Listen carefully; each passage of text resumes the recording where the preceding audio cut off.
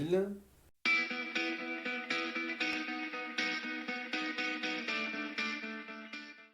Quelqu'un j'espère, de bienveillant. Par moments rigolo, des fois réservé. J'aimerais être tout le temps rayonnant, tout le temps euh, positif, enjoué. Voilà, j'aimerais être comme ça. J'aimerais avoir ce talent-là. Je l'ai pas toujours. Je parle beaucoup. Je me découvre depuis peu le plaisir d'écrire aussi, mais d'écrire comme je pense et non pas d'écrire une lettre. Voilà, c'est un peu la différence. C'est-à-dire que c'est pas toujours réfléchi, ça sort comme ça. Même si je me relis, mais il n'y a pas, il y a pas les formules, il n'y a pas tout ça. Il y a un côté tactile aussi, voilà, c'est une forme de communication. Et par moments, des fois, je me referme aussi, c'est une autre forme de communication, où je dis rien. Mais c'est pas pour la volonté de faire mal. Je sais que ça, malheureusement, ça, je me protège moi avant tout.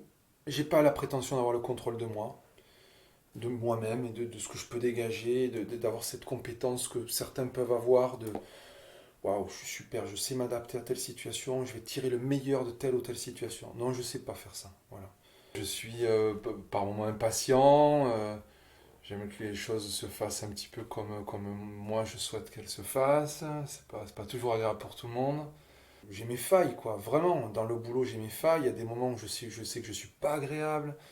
Il y a des moments où je suis chiant. Tout comme chez moi, je peux être désagréable et chiant pour d'autres raisons. Y compris auprès de mes très proches, amis ou même parents. Il y a des moments où je suis à la maison et je ne suis pas toujours des plus souriants parce que je rentre avec mes problèmes. Je ne sais pas faire, on les laisse derrière la porte. Je ne sais pas faire ça et du coup ça prend par moments un peu trop de place auprès des autres et surtout auprès de moi parce que ça peut m'empêcher de dormir. Mais bien, voilà. Ça peut me faire passer des nuits blanches. Je pense que je suis quelqu'un de gentil. Je le pense parce qu'on me l'a beaucoup répété. Je ne sais pas si j'en suis convaincu moi-même, mais c'est quelque chose que j'ai souvent entendu, quoi. Voilà, qu'il y avait de la gentillesse. Je me rends compte que la peine, elle peut arriver. euh, une situation ou une autre peut m'amener vers de la peine à un moment précis. Cette même situation, à un autre moment, dans la journée ou le lendemain ou un mois après, ne va pas me procurer de peine du tout. C'est pas la même peine, c'est pas du tout de peine. Donc je pense que la peine, elle est plutôt en lien avec ce que j'ai à l'intérieur, et après ça se matérialise par des éléments extérieurs. C'est la même chose, je vais pouvoir être super heureux pour un détail, parce que je suis bien, et une scène qui normalement devrait provoquer de la joie à n'importe qui, parce qu'elle est scénarisée, elle est montée, etc. Peut-être que ça va faire, oui, ça va me déclencher un sourire, parce que c'est l'émotion qui est voulue, mais c'est pas... ça, c'est peut-être pas ça qui va tout de suite me rendre explosif, quoi. Bien dormir, ça a de la valeur. C'est réducteur hein, de dire ça, évidemment. Euh, ma vie de famille a de la valeur, euh, mes parents ont de la valeur, la maison a de la valeur, enfin le foyer, etc. Pour beaucoup, c'est naturel de bien dormir ou de dormir. Ils ne se posent pas la question, ils se couchent, ils éteignent la lumière, ils dorment 6 heures, 7 heures, 8 heures, ce dont leur corps a besoin. Ils font des grasses mat quand le temps leur permet de faire des grasses mat. Moi, je suis incapable de faire une grasse mat. Et je suis peut-être un peu jaloux de ça. J'aimerais bien me dire par moment, bah tiens, demain, t'as pas besoin d'être le réveil, tu restes au lit. Waouh, il est 11 heures, tu te réveilles. Bah non, je sais pas faire ça. Ça veut pas dire que j'ai le sentiment de perdre mon temps. Je suis pas dans ce schéma-là. Hein. Je fais pas partie des gens qui disent non, moi j'ai rien à faire, il faut que je me lève parce que j'ai besoin d'être actif. Non, c'est pas ça. Je reviens là-dessus, mon bien-être, il passe par mon sommeil. Souvent, il y a eu des petits tracas ou des nuits qui étaient un peu compliquées à cause du travail. C'est vrai. Mais c'est pas que ça. Mais des fois, je me suis dit, bon, ok, si c'est le travail qui t'empêche de dormir, il faut peut-être que tu changes. Là, pour le coup, j'ai vraiment pris le temps d'y réfléchir. Gagner temps en plus, 1000, 2000, 3000, soyons fous, ça ne me donnera pas un meilleur sommeil. Donc j'en ai rien à faire finalement de ça. Par contre, je veux avoir des moments de pause. Voilà, j'aimerais pouvoir avoir des moments de pause. Mais par moment, le boulot, c'est moi qui me le crée en fait. C'est moi qui me crée ces obligations, ces devoirs. Il faut que j'arrive à trouver le bouton où il y a marqué pause. Pas stop, mais pause et lecture après derrière. Donc je ne peux pas être nécessairement en colère contre le travail en lui-même, parce qu'il m'apporte aussi des satisfactions, c'est indéniable. Par contre, les responsabilités, le fait d'anticiper, euh, de trop anticiper, je me suis perdu dans l'anticipation à un moment donné. Je vais trop loin, attends, même si je fais ça, il va y avoir ça, et s'il y a ça, il risque d'y avoir ça. J'ai perdu de la spontanéité. Voilà. Ça, c'est sûr, sûr et certain. J'espère qu'avec l'âge, je vais revenir. Alors, jamais comme au départ, mais j'espère que je vais revenir un petit peu sur cette légèreté-là. J'aime bien être bien. C'est rigolo de dire, c'est une passion. J'aime bien être bien. Être bien, ça veut dire qu'il faut que tout autour de moi se passe bien, ou que ça m'apporte du bien, euh, qu'il se passe des choses de bien. Je sais, ça fait bizarre de dire ça.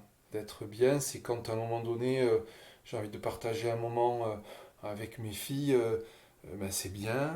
Et puis il y a des fois où j'aime bien être seul avec Céline, des moments où on partage des choses à quatre, des fois où je vais dire bah, tiens stop là, ben, j'ai envie de passer un moment avec des potes, et puis c'est tout, voilà, c'est d'être bien. Ça c'est vraiment ma passion. Et puis les voyages. Voilà.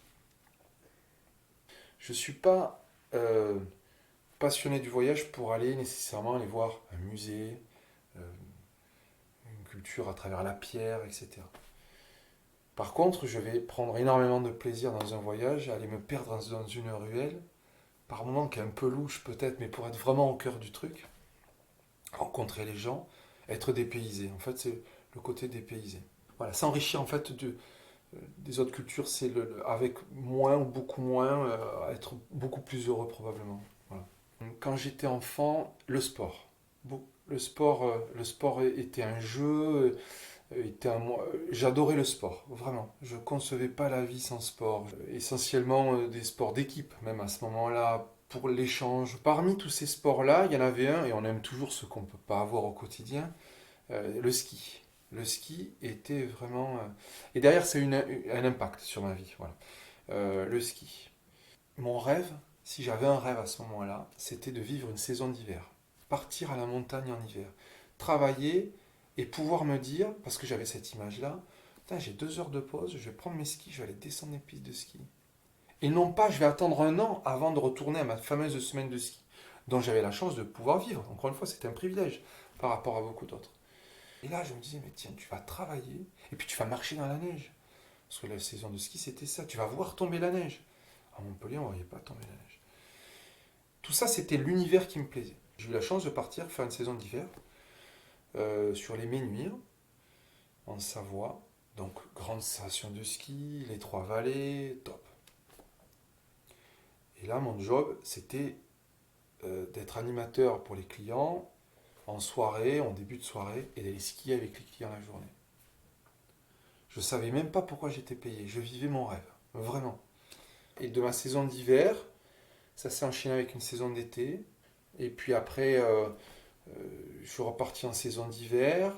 Et puis j'ai rencontré Céline, qui est devenue ma femme, avec qui on a fait des saisons derrière. Par contre, j'ai la lucidité de me dire que je ne pouvais pas faire toute cette vie, ou on ne pouvait pas faire avec ma femme, toute cette vie de cette manière-là. Ça, c'était pas possible. On n'aurait jamais été parents dans ces conditions, par exemple. On n'aurait jamais eu notre chez nous. Alors oui, il y a de la nostalgie sur l'insouciance, ça c'est sûr.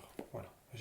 On a de la nostalgie liée à l'insouciance. Je le dis avec beaucoup de détachement ou de légèreté parce que nos filles grandissent et j'ai l'impression qu'on est en train de revenir un petit peu vers ça, quoi. Voilà. Avec l'âge en plus. J'apprécie chez l'autre que les personnes se livrent, mais qu'elles écoutent et qu'elles ne soient pas butées sur des jugements. J'ai horreur des gens qui disent ah, de toute façon, chez moi c'est comme ça.